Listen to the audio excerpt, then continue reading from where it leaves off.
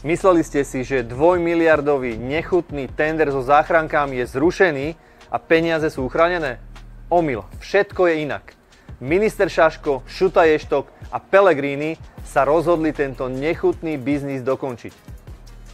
Podľa najnovších informácií, operačné stredisko, ktoré malo tento tender na starosti, zaslalo oficiálne ukončenie tejto súťaže aj s výsledkami, koho vybrali, priamo na ministerstvo zdravotníctva, ministrovi Šaškovi ešte včera. A takto sa snažia tento tender ukončiť v prospech všetkých tých sponzorov Hlasu a v prospech všetkých tých oligarchov v pozadí, aby tie miliardy predsa len nakoniec skončili v ich vreckách. My sa tomu snažíme zabrániť, pretože aj právnici hovoria, že tento tender je len veľmi ťažko zrušiteľný v tomto štádiu a dokonca tým, ktorých už aj vybrali ako víťazov, vzniká akýsi nárok, že keď zažalujú štát, môžu dostať ťažké milióny a 100 milióny zo štátu práve za to, že by ich Šaško zrušením tohto tendra poškodil. Preto hovoríme, že je to organizovaná skupina, dohodli sa na tom Šaško, aj so Šutajom, aj s Pellegrinim, aj so všetkými zainteresovanými osobami, že tento tender idú dotiahnuť do konca, aby potom mohli povedať, že sa to už predsa nedá zrušiť a tie vaše 2 miliardy